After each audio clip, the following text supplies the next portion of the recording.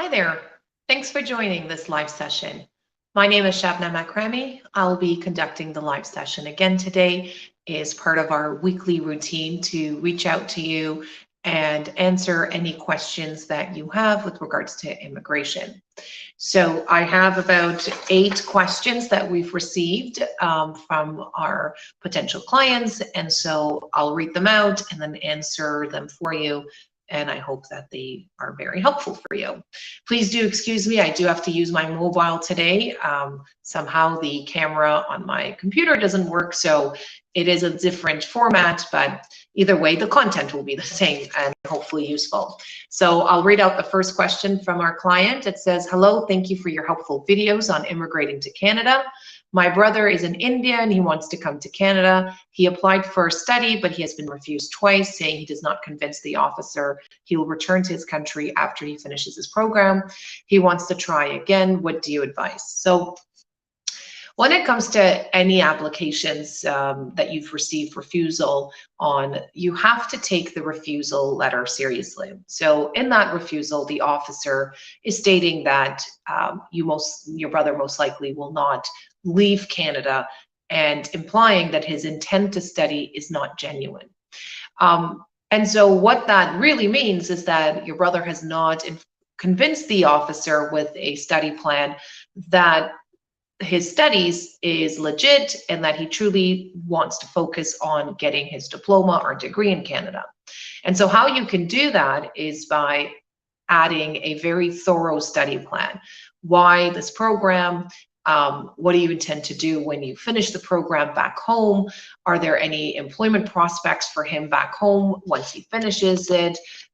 Does he have any job offers lined up should this particular study be finished? And anything related to how he intends to use it back home is very, very important. Now, also, the officer looks at if you have other degrees. If you have a degree, for example, back home, and then you come to Canada for a diploma, the officer wants to know why you are downgrading, for example, to a diploma when you should be upgrading to a master's. And so a thorough study plan is important.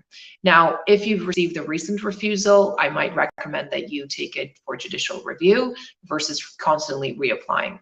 And lastly, getting the officer's notes is very important because those can be very detailed versus just the refusal letter that can appear generic. So I hope that was helpful for you. The next client is saying, I'm an Indian citizen and a PR card holder. I do not meet the residency requirements because of COVID. I had to return. I've applied for a PRTD and still not a response. So PRTD probably was not your best choice. What you should have done is applied for something called PR card renewal with humanitarian and compassionate arguments. It's very similar to a PRTD, but the chances of approval on a PRTD is far less. What should have happened is you should have applied for PR with H&C arguments, got that approved, and then from there, applied for a travel document because now the card itself has been approved. Now that you've gone in this process, a PRTD can take quite a long time. 12 to 18 months processing time is average. So the fact that it's taken you 12 months doesn't scare me, but if you haven't made the relevant arguments, it could result in a refusal. And as I stated, the refusal rates on the PRTD is high. So we can definitely take over, review what you have done, make it stronger. And God forbid, if you do receive a refusal, you do get time to appeal the decision and then go from there. The next client is asking, I want to come study in Canada, but I have no clue where to start. Where you start is you should look at schools and get an acceptance letter. So once you know your program that you want to study, then you can contact us and we can guide you through the process. If you really have no clue on where to start, then you shouldn't do it on your own. And I don't mean that in a bad way. We can't be experts in every area. So applying for the sake of applying and not having a strong application could result in a refusal. And then on top of that, it could affect your future prospects in Canada, even if that means a simple visit. So it's good that you at least acknowledge that you don't have an understanding as to where to start. So start by fleshing out what you intend to do in Canada, get an acceptance letter, and then contact us, and then we'll process the study permit for you. Next client is saying, I was married and divorced, and now I'm married again, and I want to bring my spouse and her child to Canada. I've sponsored my first wife, and it's been 5 years since my sponsorship was approved. Can I sponsor my current partner? She's from Colombia. So based on those facts, it appears that you are eligible to sponsor your next spouse, so long as obviously you have a divorce certificate from your first spouse, and then obviously you remarried and now you have a new marriage certificate. So you can file an overseas spousal sponsorship with your current spouse. The next client is saying, I want to immigrate to Canada under AIP, which is, for those who don't know, is the Atlantic Immigration Program. Can you advise on this program? That's a very, very broad question. It's almost like saying, I want a car. Can you advise on what type of car? The AIP is subdivided into different categories. So study, the economic route, family category, etc. So I don't have enough information on you to tell you which subcategory is best for you. And so I can send you material on it so that you can review it, but I'm gonna guess that you're talking about the economic one, which is an evaluation on age, education, language, and work experience. So there is a calculator on our website as well as the AIP website. I would encourage you to first do that, calculate your points, and if you score the relevant points, then you can call us and we can take it from there. But that's as much as I can tell you right now because I don't know which subcategory you're referring to. I have an application for sponsorship for my son from Barbados. It's been almost 3 years and I have no response. Can I submit another email to request to check in on my file, etc. 3 years is a long time for a child sponsorship. The processing time, even during COVID, is about 12 months. So if you have not received any communication and not even a UCI number, it's very likely that that application has been lost. So 3 years is not common for a child sponsorship. Again, like I suggested for my other clients, you can get the officer's notes instead of constantly sending an email, because the response, as I'm sure you're aware, is very generic and they're just saying that they're delayed. So the first step is to get the officer's notes. Well, actually, first step is to check the tracking number and make sure that it was mailed to the right address. Second, I would get the officer's notes to see why they've not communicated.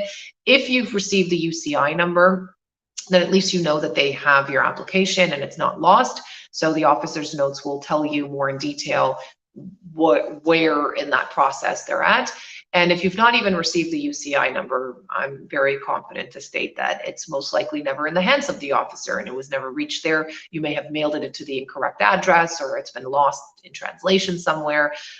So you got to kind of dig deeper because 3 years is very, very long. There is if they have received the if you have received the UCI number, you can appeal to this. You can appeal to say that it's been unfairly processed and it's taking a long time, and then you most likely will win it because, like I said, 3 years is quite a long time to wait for a child sponsorship. My husband sponsored me to come to Canada. Can I work until the decision is made? Maybe. If you have an inland spousal sponsorship in process and you've received the application approved in principle, which means you've received the letter that says the sponsor is approved, then yes, you can apply for the work permit. If you have not filed for an inland spousal sponsorship, or if you've not received that initial approval, it doesn't mean the application is approved, it's just that the sponsor is approved, then obviously you cannot. So check in with the letters you've received with CIC and see if you've received that letter, and then you can file for an open work permit. Last but not least, it says, I'm an engineer working with a company in Oakville. They will submit an LMIA for me next month. Should I stop working until the LMIA is approved, or can I continue regular work? So LMIA is not a status document. An LMIA is an employer getting approval from Service Canada that they are authorized to hire a foreign worker. So it really doesn't have much to do with the applicant. If your current status right now in Canada is a work permit, you should apply for an extension on that to continue to work and inform that officer that you'll be sending the LMIA decision soon. If not, then if let's say you're on a visit visa, you cannot work by just having the LMIA submitted. You have to wait until your work permit application is approved. So it's not about the LMIA, it's about your current status. And are you able to apply for that extension on your current status? So I hope that was helpful. Feel free, if you guys have any other questions, to email us. I do prefer to do a proper one-on-one consultation. It's 30 minutes to 45 minutes. I can be more informative with regards to my answers to these questions, because right now it's more general. As you, I'm sure, aware by watching other videos, I do the best by giving you the information, but to give you concise information, I need questions answered first. So, for example, for this client, I need to know what his status is in Canada. When does it expire? Has it expired? Is he eligible for restoration status? And how we can help him. Again, it's only $75 for me. I think it's very good bang for your buck, even if you decide to do it on your own. You will get to know the steps that you need to follow to submit a successful application. So hopefully that was helpful, and until next week, thanks so much for joining. Take care.